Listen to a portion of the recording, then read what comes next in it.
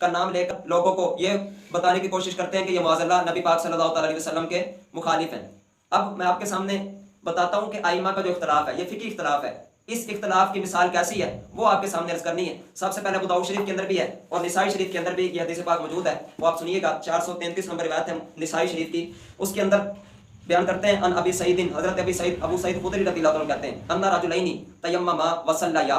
دو بندوں نے تیمم کیا، دو بندوں نے تیمم کیا اور نماز پڑھی، یعنی پانی نہیں تھا، تیمم کر کے نماز پڑھ لی۔ ثم وجد ماء فی الوقت، ابھی نماز کا اسی نماز کا وقت موجود تھا،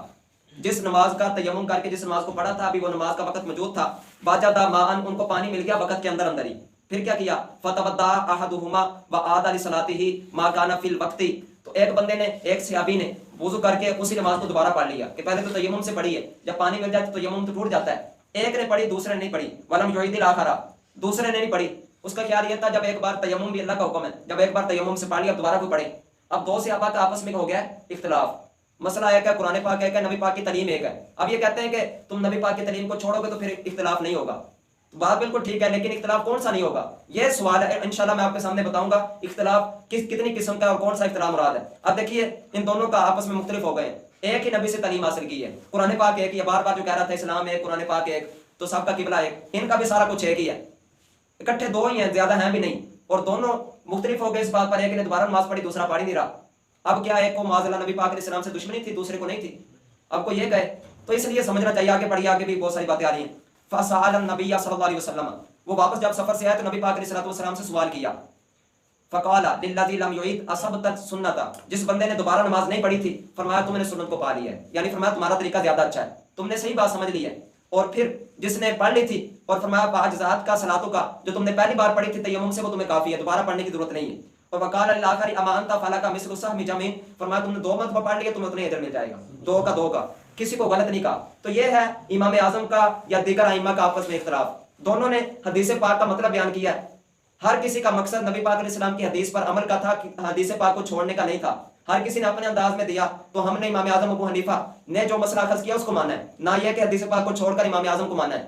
تو لہٰذا اس کو سمجھیں۔ یہ تھی ایک بات۔ اب دوسری بات بخاری شریف کے اندر موجود ہے، وہ بھی مختصراً ہی آپ کے سامنے عرض کرنی ہے۔ یہ بخاری شریف حدیث نمبر 946 ہے، اس کے اندر حضرت عبداللہ بن عمر بیان کرتے ہیں، ابن عمر قال قال النبی صلی اللہ علیہ وسلم لنا لما راجع میں تھے، جب ہمارے ہم صحابہ غزوہ احزاب جب ہوا تھا اس سے جب واپس لوٹے، کہتے ہیں لا یصلن احد العصر الا فی قریظہ، نبی پاک علیہ السلام نے فرمایا کہ تم نے عصر پڑھنی ہے تو بنو قریظہ کے اندر پڑھنی ہے۔ اصل میں معاملہ یہ بنا تھا، غزوہ احزاب کی طرف گئے تھے، یہودیوں کا معاہدہ تھا بنو قریظہ کا کہ ہم آپ پر حملہ نہیں کریں گے، انہوں نے معاہدہ کیا ہوا تھا۔ جب نبی پاک صلی اللہ علیہ وسلم احزاب کے موقع پر گئے نا جنگ کرنے، اس وقت انہوں نے وعدہ توڑ دیا، معاہدہ توڑ دیا۔ جب غزوہ احزاب سے واپسی آئی تو نبی پاک علیہ السلام نے فوراً لشکر بھیج دیا بنو قریظہ کی طرف، ان کو پکڑ لو جا کر، ان سے جہاد کرو، کیوں؟ کیونکہ انہوں نے میرے ساتھ معاہدہ کر کے توڑ دیا تاکہ ان کو موقع نہ دیا جائے۔ تو نبی پاک علیہ السلام کا جو یہ فرمان تھا کہ جلدی وہاں پر پہنچا جائے، اس لیے فرمایا کہ تم نے اگر اثر پڑھنی ہے تو بنو قریظہ کے اندر جا کر پڑھنی ہے، رستے کے اندر نہیں پڑھنی، وہاں پر جا کر پڑھنی ہے۔ اب یہ معاملہ پیش آیا، فادرہ کا بعضهم الاسرى فی الطریق، رستے کے اندر پہنچے تھے تو اثر کا وقت جا رہا تھا، وقال بعضهم لا نصلي حتى ناتيها، بعض صحابہ نے کہا ہم تو جب تک بنو قریظہ نہ پہنچ جائیں تب تک نماز نہیں پڑھیں گے، وقال بعضهم بل نصلي، بلکہ ہم تو پڑھ لیں گے، لم يريد منا ذلك، نبی پاک علیہ السلام کا ارادہ نماز قضا کرنے کا نہیں تھا، یہ نہیں کہا تھا کہ نماز قضا بھی کر دینا لیکن بنو قریظہ میں پڑھنا، تو کہتے ہیں یہ ارادہ نبی پاک علیہ السلام کا نہیں تھا۔ فذکر ذلک للنبی صلی اللہ علیہ وسلم، واپسی پر نبی پاک علیہ السلام کو یہ خبر دی گئی، فلم یعنف احد منہم، حضور نے کسی کو بھی برا نہیں کہا، کسی کو غلط نہیں کہا۔ اس کی تھوڑی تفصیل وہ معجم کبیر کے اندر امام طبرانی رحمۃ اللہ علیہ نے 360 جی میں جن کا وصال ہوا انہوں نے تفصیل سے اس روایت کو بیان کیا، جس کے بارے میں امام ہیثمی نے بیان کیا رواہ الطبرانی ورجال رجال صحیح، اس روایت کو امام طبرانی نے بیان کیا اور اس کے راوی صحیح کے راوی ہیں مرزوق بن ابی حذیل، یہ صحیح کے راوی والا نہیں، وہ ثقۃ ہے، یہ بھی ثقہ، یعنی یہ بھی بالکل صحیح سند کے ساتھ یہ حدیث ہے، تفصیل کے ساتھ ہے۔ کہتے ہیں فعظم علی الناس الا یصلوا العصر الا فی بنی قریظہ، نبی پاک نے بڑا پکا کر کے کہا تھا، عزم کر کے کہا تھا کہ تم نے نماز نہیں پڑھنی مگر بنو قریظہ میں، بنو قریظہ میں ہی نماز پڑھنی تم نے، یہ قبیلہ تھا یہودیوں کا۔ فلیس السلاح فلبس السلاح، صحابہ کرام نے اسلحوں کو پہن لیا، وخرجوا، تشریف لے گئے، فلم یاتوا بنی قریظہ حتی غابت الشمس، سورج غروب ہونے لگا اور ابھی تک بنی قریظہ نہیں آیا تھا۔ فاختصم الناس فی غزوتها، لوگوں کا آپس میں جھگڑا ہو گیا، یعنی وہ والی لڑائی نہیں جو ہم آپس میں لڑتے ہیں، یعنی ان کا آپس میں بحث ہو گئی، کوئی کہہ رہے تھے ہم نے یہ کرنا ہے، فی صلاۃ العصر نماز عصر کے بارے میں فقال بعضهم بعض نے کہا قد عزم علینا اللہ نصلی العصر حتی ناتیہ بنی قریظہ تھا، حضور علیہ السلام نے پکا کر کے گویا کہ قسم ہمیں دی تھی کہ تم بنو قریظہ کے اندر ہی نماز پڑھنا عصر کی، وانما نحن فی عظمۃ من رسول اللہ، تو ہم نبی پاک علیہ السلام کی اس قسم کو پورا کر رہے ہیں، اس بات کو پورا کر رہے ہیں، فلیس علینا اثم، اگر نماز قضا بھی کرتے گناہ ہمیں نہیں ملے گا، یعنی ان کا یہ موقف تھا۔ دوسروں کا موقف سنیے، فصلت طائفۃ منهم العصر ایمانا و احتسابا، کہنے لگے ایک گروہ نے ان میں سے عصر پڑھ لی، دو گروہ بنے تھے، ایک نے پڑھ لی وہیں پر، وطائفۃ لم تصلی، ایک گروہ نے نہیں پڑھی، حتی اتوا بنی قریظہ، انہوں نے جا کر بنو قریظہ میں پڑھی، بعد ما غابت الشمس، سورج غروب ہونے کے بعد، یعنی قضا نماز انہوں نے پڑھی، فصلوها ایمانا و احتسابا، انہوں نے بھی اللہ کی رضا کے نماز پڑھی، فلم یعنف رسول اللہ صلی اللہ علیہ وسلم واحدۃ من طائفتین، حضور علیہ السلام نے کسی کو برا بھلا نہیں کہا، کیونکہ دونوں کی نیت کیا تھی؟ نبی پاک کے فرمان پر، شریعت پر عمل کرنے کی تھی۔ یہی مثال چاروں اماموں کی ہے، ان سب نے اپنے اجتہاد سے مسئلہ اخذ کیا، بخاری مسلم دونوں کے اندر حدیث پاک موجود ہے، جب کوئی مجتہد اجتہاد کرے، اگر وہ صحیح اجتہاد کر لے اس کو اللہ تعالیٰ 2 اجر عطا فرمائے گا، اگر غلطی بھی ہو جائے 1 اجر تب بھی اس کو مل جائے گا، ٹھیک ہے۔ یہ ہے ائمہ کا اختلاف آپس میں۔ مزید وضاحت آپ کے سامنے کرتا ہوں کہ ان کے اختلاف کی مزید وضاحت کیا ہے۔ یہ مسلم شریف ہے، اس کی شرح امام نووی رحمۃ اللہ علیہ نے کی ہے، جن کا وصال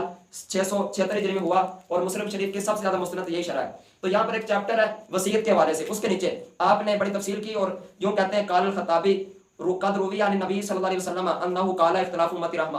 اصل میں بات وہ والی حدیث چل رہی ہے کہ جب نبی پاک صلی اللہ علیہ وسلم نے فرمایا تھا کہ میرے پاس کوئی ایسی چیز لے جاؤ کہ میں لے آؤ، میں لکھ دوں تم میرے بعد گمراہ نہ ہوگے، تو آپس میں اختلاف ہو گیا تھا نا صحابہ کا، بعض نے کہا تھا لے آتے ہیں، تو حضرت عمر نے کہا تھا کہ حضور صلی اللہ علیہ وسلم آخری وقت یعنی نبی پاک علیہ السلام کی تکلیف زیادہ ہے، تو اور زیادہ تکلیف ہوگی، رہنے دو، قرآن پاک کافی ہے۔ آپس میں یہ ہو گیا اختلاف، انہوں نے بڑی تفصیل کی لیکن وہ موضوع نہیں نا۔ اب موضوع کی طرف آئیے، کہتے ہیں قال الخطابی، امام خطابی نے فرمایا قد روی عن نبی صلی اللہ علیہ وسلم انہ قال اختلاف امتی رحمہ، کہ نبی پاک صلی اللہ علیہ وسلم نے فرمایا کہ میری امت کا اختلاف ہی رحمت ہے۔ نبی پاک علیہ السلام سے روایت ہے امت کا اختلاف رحمت ہے۔ کون سا اختلاف؟ ذرا سنیے، کہتے ہیں قال الخطابی، مزید آگے لکھا کہ امام خطابی نے کہا والاختلاف فی الدین ثلاثۃ اقسام، اگر ان کو پتہ ہوتا تو کبھی اس طرح کی کچی باتیں اور جاہلانہ باتیں گفتگو نہ کرتے۔ کہتے ہیں اختلاف کی 3 قسمیں، دین کے اندر اختلاف کی، ایسے نہیں کہ کوئی دنیاوی بات ہو رہی ہے، دین کے اندر اختلاف کی 3 قسمیں، آپ یاد رکھیے انشاءاللہ آپ کو فائدہ ہوگا۔ 3 قسمیں، کہتے ہیں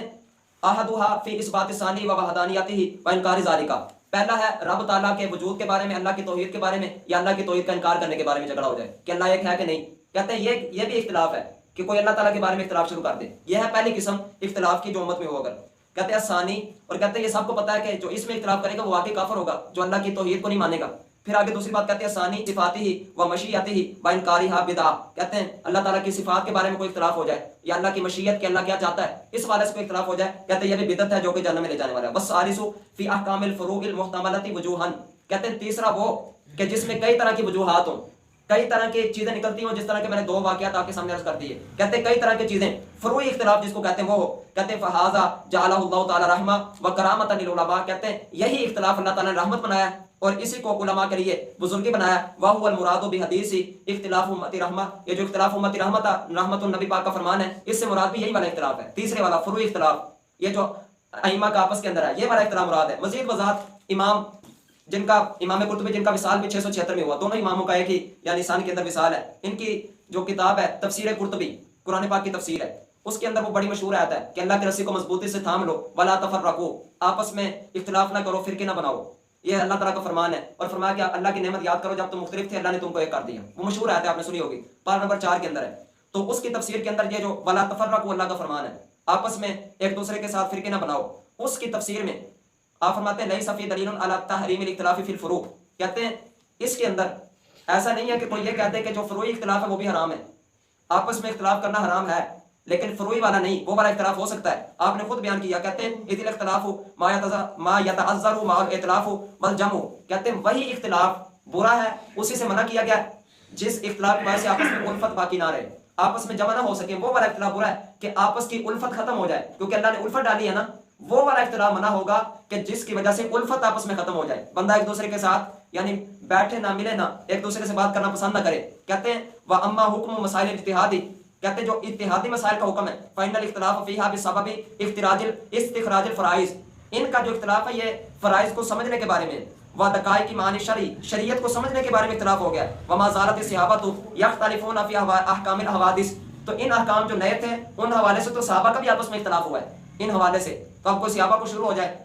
کہ معاذ اللہ انہوں نے نبی پاک علیہ السلام کے طریقوں کو نہیں مانا تو اس لیے اختلاف کر رہے ہیں، صحابہ کے بارے میں اختلاف ہوگا, نبی پاک کے بارے میں کسی کو اختلاف نہیں ہے. اور کس بارے میں ہم نے کوئی کلمہ لا الہ الا اللہ حنیفہ رسول اللہ پڑھا ہے؟ ابو حنیفہ رسول اللہ معاذ اللہ. ہم نے کلمہ پڑھا لا الہ الا اللہ محمد رسول اللہ صلی اللہ علیہ وسلم. تو ہم تو یہ کہتے ہیں کہ سارے اولیاء جمع ہو جائیں, ایک صحابی کی قدموں کے خواہ کو نہیں پہنچ سکتے. اور یہ کہہ رہے ہیں کہ انہوں نے نبی پاک کو چھوڑ کر ایک امتی کے نظریے کو مکمل کہہ دیا, امتی کو مان لیا, نبی پاک کی سنت کو چھوڑ دیا. یہ کہہ رہے ہیں. اب کتنی یعنی حد سے بھی بڑی ہوئی بات ہے. اور یہ سارے فتوے ہم پر ہیں, ہمارے اوپر ہے کہ یہ صرف ہم پر نہیں ہے. یہ نہیں کہ ایسا ہو لاکھوں کروڑوں لوگ ایسے جو حنفی یا چاروں مسالک میں سے کسی ایک کو مانتے ہیں, بلکہ سعودی عرب والوں کا بھی دعویٰ کیا ممنی ہے, دعویٰ ان کا ہے اگرچہ نہیں ہے, وہ یہ بھی دعویٰ کرتے ہیں ممنی ہے. اور شروع سے لے کر جتنے بھی ائمہ جنہوں نے کتابیں لکھی سب بھی کسی نہ کسی فقہ کو ماننے والے تھے. تو یہ کس پر فتویٰ ہے؟ یہ سب پر یہ حملہ ان کا. کہتے ہیں کہ پھر آپ ذرا آگے سنیے, کہتے ہیں وقال رسول اللہ صلی اللہ علیہ وسلم, کہتے ہیں صحابہ کا اختلاف ہوا وہم مع ذالک متعلفون, اس کے باوجود ان کے دلوں میں آپس میں الفت موجود تھی. ایسا نہیں کہ ان کا کسی نماز کے مختلف مسئلے میں اختلاف ہو گیا تو آپس میں بولنا چھوڑ دیا, ایسا نہیں تھا. یہ والا اختلاف جو ہے منع نہیں ہے. اور کہتے ہیں رسول اللہ صلی اللہ علیہ وسلم نے خود فرمایا, یہ بھی ذکر کریں اختلاف امتی رحمت, حضور نے فرمایا کہ میری امت کا اختلاف رحمت ہے. وانما منع اللہ اختلافا هو سبب الفساد, وہ والا اختلاف منع ہے جو فساد کا سبب ہے. سمجھ آ گئی آپ کو ساری بات کی؟ اب صرف آخر میں چند باتیں رہ گئی ہیں, ذرا سنیے کہ یہ جو جتنے بھی ائمہ نے اپنے مسئلے اخذ کیے ہیں قرآن و حدیث سے, ایسا نہیں کہ وہ معاذ اللہ نبی پاک کی حدیث کی اختلاف کر کے تو وہ مسئلے اخذ کرتے ہیں. ذرا سنیے حدیث پاک. قال ابو عمر, یہ امام ابن عبد البر اندلسی 462 ہجری میں ان کا وصال ہوا, کتاب ہے جامع بیان العلم و فضلی. کہتے ہیں قال ابو عمر, ابو عمر نے کہا لیس احد من العلماء الامتی یثبت حدیث رسول اللہ صلی اللہ علیہ وسلم ثم يردوه. کہتے ہیں کوئی میں نے امت کا ایسا امام دیکھا نہیں ہے کہ جس کے سامنے نبی پاک کی حدیث ثابت ہو پھر بھی وہ چھوڑ دے.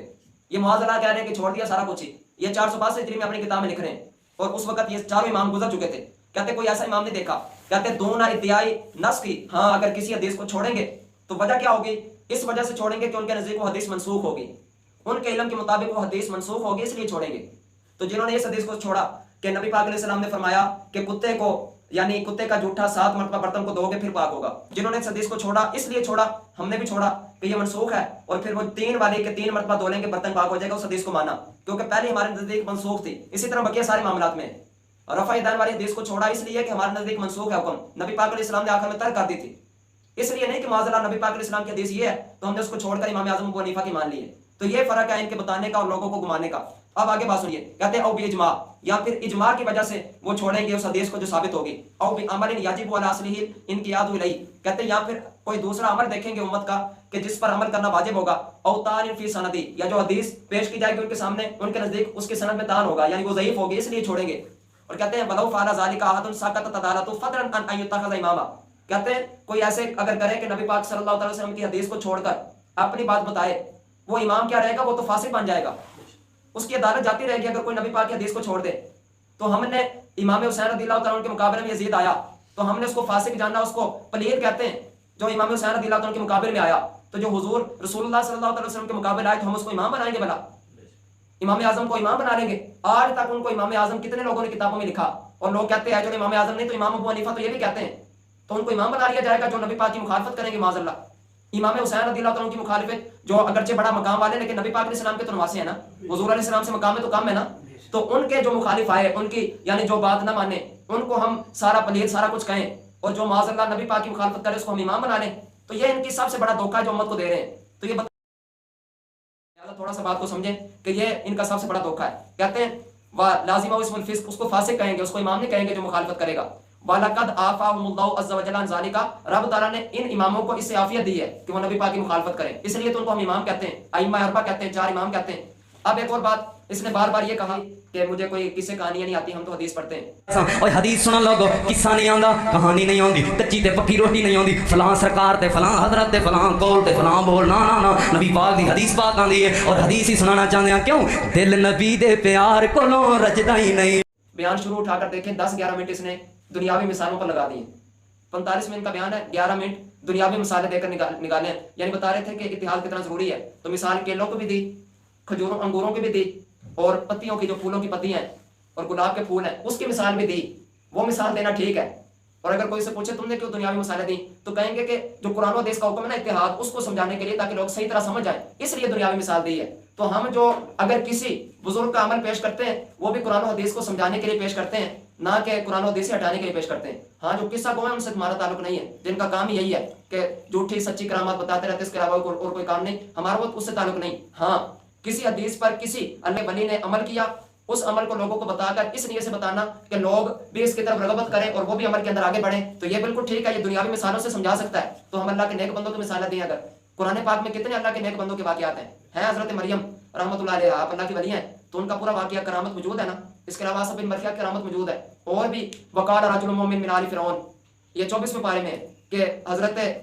موسیٰ علیہ السلام کے دور میں جو فرعون تھا وہاں کے فرعونیوں میں سے ایک رجل مومن بولا، اس نے جو باتیں کی پورے رکوع میں اللہ نے بیان کی ہیں۔ تو اب یہ اللہ نے اپنے نیک بندوں کا ذکر کیا نا، تو مقصد ہونا چاہیے۔ قرآن پاک میں ہے فقصص القصص لعلہم یتفکرون، ان کو کس سے بیان کرو تاکہ غور و فکر کریں۔ کس سے بیان کرنے کا مقصد ہو،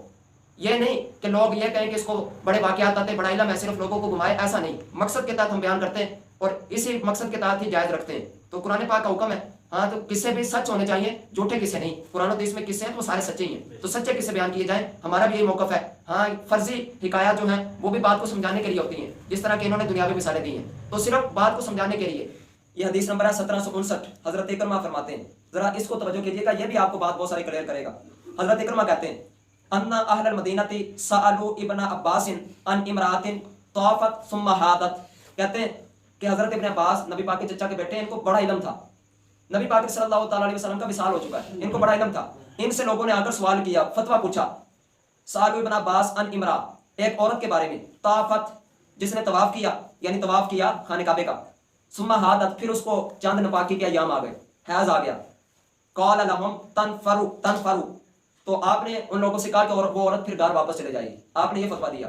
کہ جو طواف کیا جس نے، ابھی کچھ ارکان باقی تھے کہ اس کو حیض آ گیا تو وہ گھر واپس چلے جائے۔ اب یہ حضرت عبداللہ ابن عباس نے فتویٰ دیا جو کہ مکہ میں ہوتے تھے، اور صحابہ نے ان سے پوچھا مکہ کے اندر فتویٰ۔ اس وقت مدینہ کے مفتی حضرت زید بن ثابت تھے جنہوں نے قرآن پاک جمع کیا، وہ ان سے عمر میں بڑے تھے، اللہ نے ان کو بھی بڑا علم عطا فرمایا تھا، مقابلہ تو نہیں کرواتے۔ کہتے ہیں اب انہوں نے لوگوں نے کیا کہا، فذکرت حدیث صفیہ، کہتے ہیں قالوا لا ناخذ بقولک وندع قول زید، کہنے لگے ہم آپ کی بات نہیں مانیں گے، حضرت زید کی بات چھوڑ کر آپ کی بات نہیں مانیں گے۔ آپ بتائیے ذرا، انہوں نے فتویٰ کیا اپنی مرضی کا دیا تھا؟ حضرت عبداللہ ابن عباس نے جو ان کو فتویٰ دیا اپنی مرضی کا دے دیا، انہوں نے کہا ہم آپ کی بات نہیں ماننی، ہم نے تو حضرت زید کی بات ماننی ہے، یہ بھی نہیں کہا ہم نے حدیث کی بات ماننی ہے۔ اب اس بات کو کیا کہیں گے؟ اب اس حوالے سے سلفی صاحب کیا موقع بیان کریں گے، وہ بھی بیان کرتے ہیں تھوڑا سا، تو لہٰذا اس کو سمجھنا چاہیے۔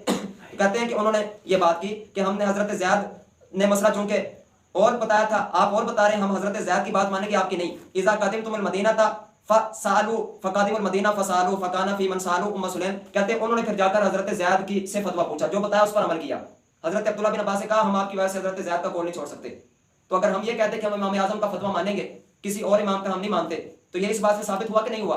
اور ہم اس لیے مانتے ہیں کہ انہوں نے قرآن و حدیث سے اجتہاد کیا ہے، اجتہاد میں اگر خطا بھی ہو جائے تو پھر بھی بندہ گناہ گار نہیں ہوتا، اس اعتبار سے وہ ٹھیک ہے۔ لہٰذا یہ بات ہے، اور یہ آپ کے سامنے باتیں وضاحت والی تھی۔ ایک بات اور بھی میں نے جو بڑی ضروری سمجھ رہا تھا وہ بیان کرنی تھی، لیکن وہ رہ گئی ہے۔ آخر میں نماز کے بارے سے کہا نا کہ ایک بھی بات بیان کر دو، میں سانس بعد میں لوں گا، پہلے اس حدیث پر عمل کر دوں گا، اپنا طریقہ چھوڑ دوں گا۔ جی نماز نبی پاک دے طریقے دے مطابق ہوئے گی، وہ دے پیچھے کھڑو جاؤں گے۔ جی میری نماز نبی پاک دے طریقے دے مخالف ہوئے گی، میں اللہ دی قسم اٹھا کے کہنا ایک نشان لگانا تیری ذمہ داری ہے، اگلا سا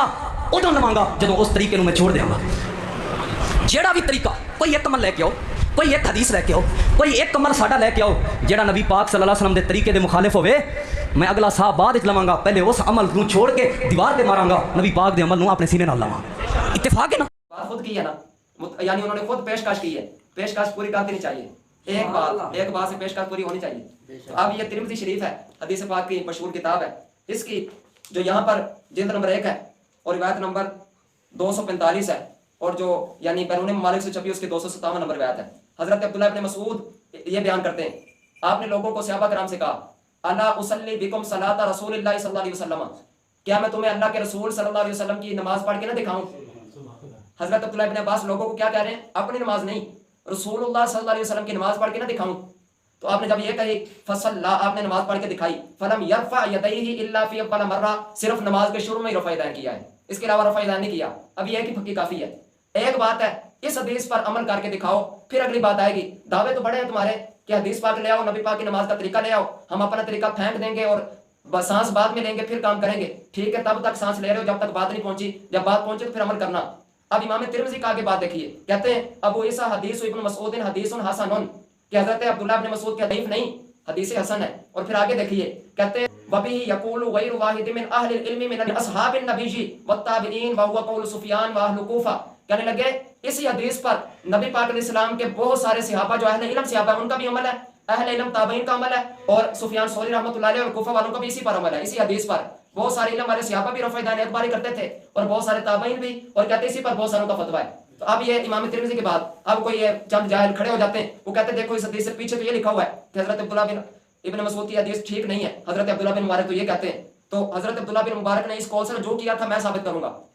یہ حدیث بالکل صحیح ثابت ہے۔ ان کے وہابیوں کے البانی نے بھی، یہ ترمذی شریف کے اندر بھی ہے اور ابو داؤد کے اندر بھی ہے اور نسائی کے اندر بھی موجود ہے، تینوں کی تحقیق البانی ان کے وہابیوں نے کی ہے اور تینوں کو صحیح قرار دیا، تینوں حدیثوں کو صحیح قرار دیا ہے۔ تو یہ حدیث صحیح ہے، اور حضرت عبداللہ بن مسعود نبی پاک صلی اللہ علیہ وسلم کی وصال کے بعد صحابہ کو نبی پاک کی نماز پڑھ کے دکھا رہے ہیں اور ایک ہی بار شروع کے اندر ہی رفع دین کر رہے ہیں۔ اور ایک بار ایک اور بھی ان کو کہہ دوں کہ آج سے 4-5 سال پہلے اہل سنت والجماعت جن کو تم بریلوی کہتے ہو، ان کے ایک مفتی صاحب جو کہ ابھی 7ویں سال میں اس وقت پڑھ رہے تھے، مفتی ہیں، 7ویں سال کے اندر ان کا مناظرہ تمہارے بہت بڑے جو مناظر ہے عمر صدیق اس سے ہوا، اسی رفع دین کے اوپر 2 گھنٹے سے اوپر ہے، وہ ابھی بھی نیٹ کے اندر موجود ہے، چاہیے تو میں پیش کر سکتا ہوں، تم پہلے اس مناظر کو بھی دیکھنا، اس میں بھی زبردست شکست ہوئی ہے تمہارے اس مناظر کو، اور ایک حدیث غیر مضطرب نہیں بتا سکا جس کے اندر یہ ثابت ہو کہ 4 جگہ پر نبی پاک علیہ السلام نے ہمیشہ رفع دین کیا ہے، ایک حدیث بھی ثابت نہیں کر سکا۔ تم کہتے ہو 100 حدیثیں ہمارے پاس ہیں 200 رفع دین کے بارے میں، پورا جز امام بخاری کا ثابت کرتے ہو، جو مرضی لے آؤ، وہ نبی پاک علیہ السلام کا شروع میں ثابت ہے رفع دین کرنا ہم مانتے ہیں، لیکن بعد میں نبی پاک علیہ السلام نے چھوڑ دیا تھا۔ تو یہ ایک بات ہے صرف رفع دین کے حوالے سے، ماشاءاللہ آپ اس پر عمل کریں، پھر آگے بھی بہت ساری باتیں